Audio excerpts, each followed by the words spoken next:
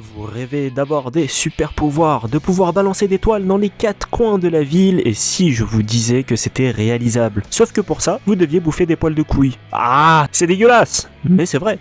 Parce que c'est normal en Russie. Enfin, sauf qu'on est au Japon. Enfin bref. Oh salut tout le monde, j'espère que vous avez la forme, que vous allez bien, que vous avez bien mangé. En disant tout ça, j'essaie juste de vous faire rallonger le watch time, car oui, mesdames et messieurs, vous êtes plus de la moitié à ne pas être abonnés. Alors si ce n'est pas déjà le cas, abonnez-vous, et nous, on plonge dans un univers entre comics et manga. C'est parti.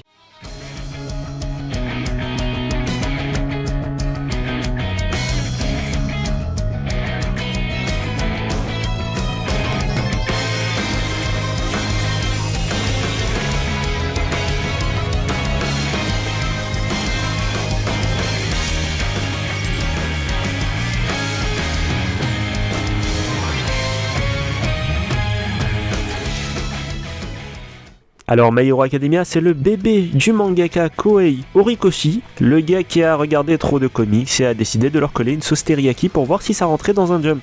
Oui, c'est raciste, je sais, mais dans les années 2000, avant My Hero Academia, Horikoshi s'est pris plus de murs que des coups en une première année à UA. Horikoshi, c'est le genre de mec qui a connu l'échec, la dépression et la douleur du mangaka. Rejeté par la Shueisha. Oui, la même maison d'édition que Dragon Ball et One Piece. Ses premiers mangas, Umagadoki Zoo, un shonen sur un putain de zoo magique. Tu sentais déjà que le mec voulait faire de la fantasy, mais le public japonais lui a dit « Frérot, ton zoo, m'en bat les couilles frère ». Il retente plus tard avec Barrage, une histoire spatiale avec des pouvoirs et des mecs musclés, mais le résultat, ça a été annulé au bout de 2 tomes. Et en 2014, bam, le mec balance un concept tout simple, mais tellement efficace que même Marvel aurait voulu y penser. Et si dans un monde moderne, 80% de la population avait des super pouvoirs, mais que tout le reste restait quand même aussi con qu'en 2025 ? MHA ou My Hero Academia ou beaucoup de Hero Academia ou BNHA, bref. C'est un shonen où tout le monde a des super pouvoirs, sauf le héros.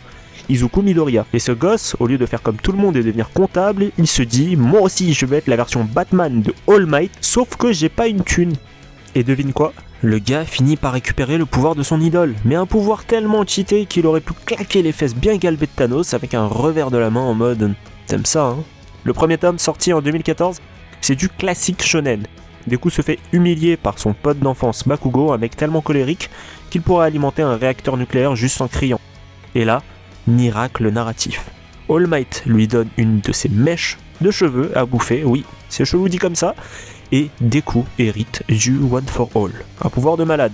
Et là, l'aventure démarre pour de vrai. Deku entre à UA, l'école des héros dirigée par Nezu, le professeur Xavier du manga ou un putain de rein intelligent. Oui, un rongeur qui gère une école de super-héros. T'imagines ça dans la vraie vie ? Ton principal, si c'était un hamster, bah là c'est canon. UA, c'est la crème des crèmes. Le Harvard des mecs en cap. T'as des profs badass, des élèves tarés, des examens qui ressemblent à des guerres civiles. Et surtout, t'as une galerie de personnages plus colorés que les cheveux de Todoroki. Le manga explose dès ses débuts. Shonen tient un nouveau pilier à côté de One Piece, Naruto et Bleach. Mais le manga, c'est rien sans l'anime. Les studios Bones, ceux qui ont animé Full Metal Alchemist, ont envoyé du très très lourd depuis 2016. Plus de 7 saisons. Et c'est une claque visuelle. Des couleurs flashy, des effets de vitesse, des cris, des explosions et la bande-son la plus motivante de toute la décennie. Tu regardes un épisode et t'as envie de faire des pompes, mais au-delà des paillettes et des cris, Horikoshi a glissé des trucs sombres. Parce que My Hero Academia, c'est aussi une satire sociale. Le monde des héros, c'est un cirque, les médias choisissent qui brille, les politiques contrôlent qui agissent, et les vilains deviennent des symboles de rébellion. Les héros, parfois, ils font juste ça pour la gloire, pour la thune et les posts Insta. Et les vilains, souvent, c'est juste des mecs paumés dans un système pourri. Regarde Stain, le tueur de héros. Selon vous, le bouc, c'était juste un psychopathe ou un mec lucide ? Un anti-héros ou un vilain ? Le mec a tellement marqué les esprits que même les vilains l'admirent. C'est-à-dire à quel point la société de My Hero est fucked up. Horikoshi a jamais caché ses influences. Le mec adore Spider-Man, Batman et tout ce qui porte un collant. Mais il y a ajouté une touche nippone. Le sacrifice, la douleur et la transmission. All Might, c'est Superman américain avec des côtes broyées, des coups c'est Peter Parker sans le fun, juste les hurlements. Ochako Uraraka, c'est la fille qui flotte et tombe amoureuse de Deku après 3 répliques. Todoroki, c'est le gars mi-chaud, mi-froid, littéralement bipolaire thermiquement. Bakugo, c'est le mec toujours en crise permanente de nerfs. Et Lida, c'est le gars qui court. Il court vite. Et il parle comme s'il avait avalé un dictionnaire. Le délégué de classe, quoi. Un univers cohérent, blindé de symbolisme, de scènes épiques et de persos qu'on a envie de claquer et d'aimer à la fois. UA, c'est pas juste une école, c'est une arène de gladiateurs. Chaque exercice est potentiellement mortel. Le combat d'entraînement entre élèves. Deku affronte Bakugo et lui balance un Detroit Smash dans la gueule. Bon, Bakugo qui finit choqué de la puissance destructrice et Deku, lui, il finit à l'infirmerie. Et après ça, t'as un espèce de festival sportif, une sorte de Jeux Olympiques où tout le Japon regarde des mineurs se casser la gueule. Et Bakugo gagne. Bon, évidemment, mais Todoroki il fait un burn-out émotionnel. Bon, j'espère que vous avez compris la blague. Burn-out, Todoroki, bref. Et Deku apprend à utiliser 1% de son pouvoir sans s'autodétruire. On avance doucement mais sûrement, et Yuei décide de renforcer ses élèves avec un camp d'été dans les montagnes. Imagine l'ambiance, forêt Koh-Lanta, et Izuku qui gambade pour sauver un gamin traumatisé du nom de Kota. Et ce petit déteste les héros. Un membre de la Ligue des vilains survient, Muscular, a.k.a. Teibo InShape, qui crie au bout. L'assassin des parents de Kota est désespéré. Notre héros se souvient du sens du mot héroïsme, protéger les faibles en sacrifiant tout, même ses bras, et il hurle littéralement 1 million de % alors que 100% lui pète déjà les os d'habitude. Mais c'était juste une dose d'adrénaline, hein. Pas une vraie montée de pouvoir, mais là, sous pression, il brise toutes ses limites et le coup traverse les fibres de Muscular. Sauf que, surprise, la Ligue des vilains débarque, Shigaraki et toute sa clique de tarés foutent le feu à la forêt et kidnappent Bakugo et laissent les héros pour traumatiser. Et là, pour la première fois, les héros comprennent que les méchants rigolent pas. Shigaraki, c'est un ghost frustré qui désintègre tout ce qu'il touche. Le gars, il a le tétanos. Et son rêve, c'est de niquer le symbole de la paix. Pas juste par haine, hein, mais parce qu'il veut prouver que les héros sont des hypocrites. Et putain, il a pas totalement tort. La Ligue des vilains essaie de détourner Bakugo et d'en faire un vilain. D'ailleurs, le gars a tout pour être un méchant, hein. Le caractère de merde et un alter de djihadiste. Mais il décline l'offre et s'ensuit une scène mémorable. Le retour du plus grand vilain de tous les temps. All for One, l'opposé de One for All. Là où le One for All se transmet de génération après génération, de détenteur après détenteur, All for One, lui, extirpe l'alter de ses victimes pour en faire le sien. Le vieux All Might, à moitié crevé, décide une dernière fois d'affronter All for One.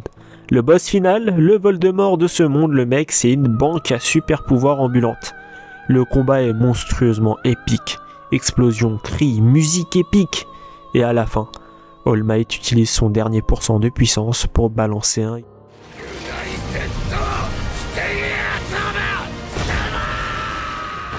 qui rase littéralement le décor. Il gagne, mais il perd tout à la fois. Sa flamme s'éteint, et là, devant le monde entier, il lève son bras et pointe à la caméra comme pour faire passer un message. Le prochain, ça sera toi, à ton tour. Et une page se tourne. Le symbole de la paix se retire, et le monde réalise qu'il est plus vulnérable que jamais. Frisson, chair de poule, larme de fragile, c'est un des meilleurs moments de tout le shonen moderne, point barre. Que ça soit scénaristiquement ou visuellement, pepinasso. C'était magnifique. Et après des années à voir Bakugo traiter Deku comme un moins que rien, ils finissent par s'affronter dans un combat où Bakugo lâche toute sa frustration sur la disparition d'All Might et sa propre culpabilité. C'est pas qu'un combat, hein, c'est une thérapie de groupe intense à coups de poing. Le final, Bakugo reconnaît enfin Deku comme son égal et leur rivalité atteint un autre niveau.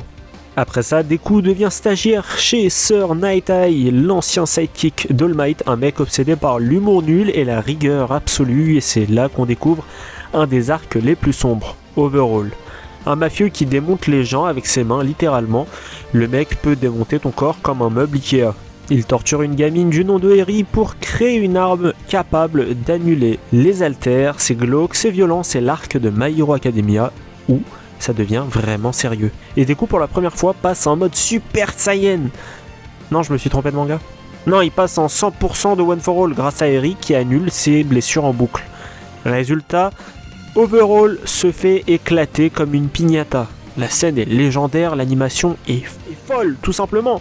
Et Deku devient enfin un vrai héros. Et après ça, on saute un peu dans le temps. Et le monde part en couille. Le monde part en couille. Non. Les vilains montent une armée, Shigaraki devient un monstre, et les héros se battent pour sauver une société déjà pourrie. Les arcs de la Paranormal Liberation War et du raid final sont parmi les plus fous de tout le manga. Des morts, des trahisons, des transformations de ouf, Shigaraki hérite d'All for One, Deku pète un câble et le monde plonge dans le chaos total. C'est là qu'on comprend le vrai thème du manga, le poids du symbole. All Might était le phare, maintenant qu'il est éteint, les gens se déchirent entre héros fatigués et vilains désespérés. Et Deku, il se transforme en Batman.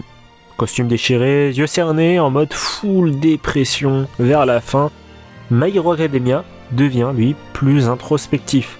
On voit les conséquences, les douleurs, les héros qui craquent et Bakugo qui devient enfin un vrai bro. Todoroki confronte son daron Endeavor, un père violent devenu symbole de rédemption, et Deku comprend que être un héros, c'est pas avoir un pouvoir, c'est avoir les couilles de continuer quand tout semble perdu. Le manga se transforme en ode à la persévérance, un hommage à ceux qui tombent mais se relèvent. C'est cliché, ouais, mais putain que c'est efficace. Mais évidemment, quand un manga devient trop populaire, faut qu'on le suce jusqu'à la dernière gougoute. Adaptation, spin-off, film, collaboration, avec des chaînes de ramen, t-shirts, jeux, bref. Le marketing autour de My Hero Academia est devenu plus puissant que le All for One. Horikoshi lui-même en interview disait qu'il voulait finir son manga, mais la Shueisha a dit « Non frérot, tu continues, t'as des figurines à vendre. » Et honnêtement, on le sent. Bref, on a fait le tour des gentils et des méchants, maintenant voyons les bas-fonds de l'œuvre My Hero Academia, parce que oui, il y a eu des spin-offs et certains en volent des tours. Ah, Vigilante. Le spin-off le plus sous-coté de la franchise imagine un monde où les héros officiels, entre guillemets, ne sont pas les seuls à agir. T'as aussi des types sans licence, sans reconnaissance, juste des mecs du peuple qui décident de faire justice eux-mêmes. Le héros, c'est Koichi Aimawari, alias The Crawler. Son pouvoir, c'est glisser sur les surfaces. Ouais, au début tu te dis « Oh super, un héros trottinette électrique !» Mais le gars a du cœur. Il sauve des gens, il apprend, il évolue et surtout, il te montre le côté crade du système héroïque. Parce que oui, pendant qu'All Might faisait la une des journaux, t'as des types comme Koichi qui risquent leur vie dans l'ombre, sans salaire, sans applaudissements. Et ce contraste, il fait mal, hein. Le spin-off te fait comprendre que le monde des héros, c'est pas que des sourires et des symboles. C'est aussi des laissés pour compte, des gens invisibles qui compensent les failles du système, et la cerise sur le gâteau, t'as des apparitions d'Aizawa, d'All Might et même des clins d'œil directs à la genèse des vilains. Un bijou d'écriture que peu ont lu, mais qui mérite grâce sa place dans le lore. Et quand t'as une licence qui cartonne, après ça, tu sais ce qu'il reste à faire ? Des films. Plein de films. My Hero Academia 2 Heroes, sorti en 2018, est le premier film le plus centré sur All Might. On découvre son passé, ses débuts et surtout sa relation avec un ancien pote scientifique sur une île pleine de technologie. C'est une histoire simple mais efficace, de la baston, des explosions et un duo Deku All Might en feu. C'est aussi la première fois qu'on voit All Might vraiment humain et ça fait fort. Le film a fait un carton au Japon et à l'international et les fans ont pleuré comme des bébés sous stéroïdes. My Hero Academia Heroes Rising en 2019 et alors là, Absolute Cinéma. Un chef-d'œuvre, littéralement. Le film que la fandom considère comme une fin alternative à la série. Deku et Bakugo se retrouvent sur une île isolée pour protéger des gamins et débarque un vilain clone de All for One, appelé Nine. Le mec a 9 alters, il explose tout, et à la fin, Deku se voit forcé de filer son pouvoir à Bakugo.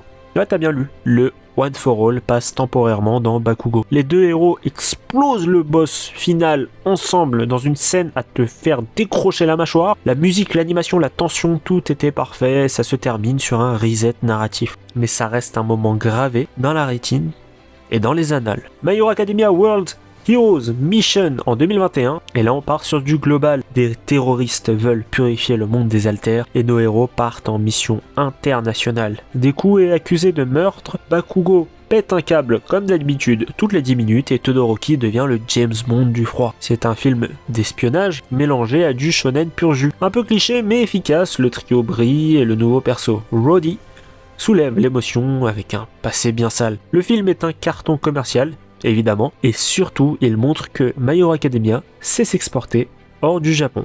Un vrai blockbuster. My Hero Academia a également tenté l'aventure vidéoludique avec My Hero One Justice en 2018 et One Justice 2 en 2020.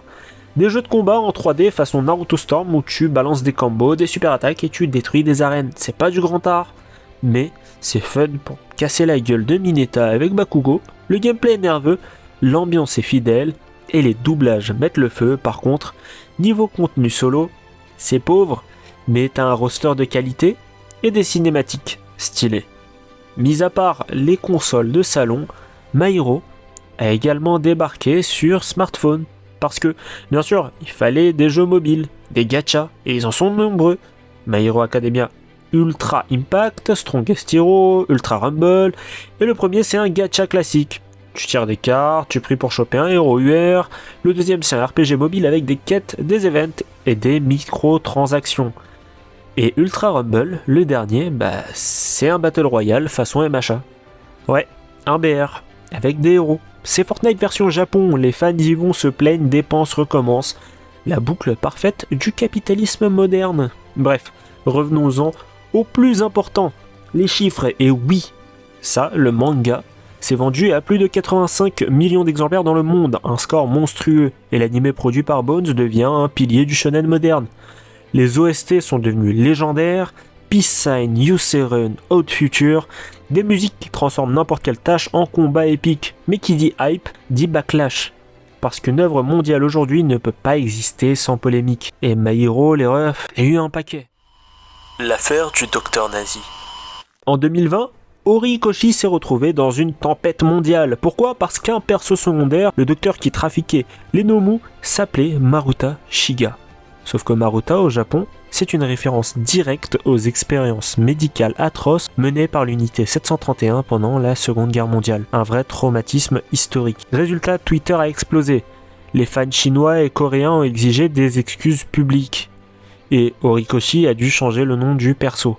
Le mec voulait juste inventer un nom méchant et il s'est retrouvé traité de révisionniste historique. Et la deuxième polémique, qui est elle plus récurrente, le sexying des personnages féminins. La sexualisation quoi. Certains trouvent que le mangaka a la main lourde avec Mina, Momo ou Mount Lady.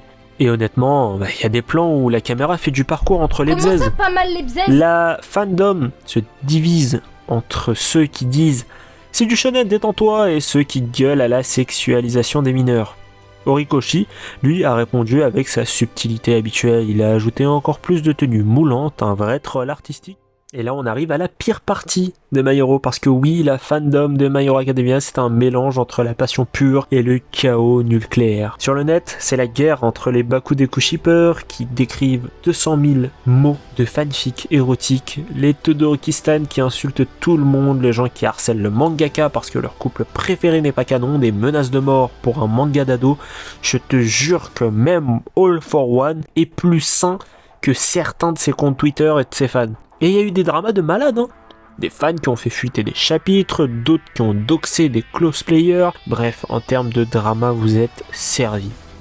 Mais malgré tout ça, My Hero Academia a bien changé quelque chose. Il a redéfini le shonen moderne. Avant lui, c'était les ninjas, les pirates. Et après lui, c'est les héros publics, les institutions, la pression du symbole. Horikoshi a créé une œuvre qui parle de notre époque. De la célébrité, du regard des autres, de la société qui exige la perfection. Chaque héros est une métaphore.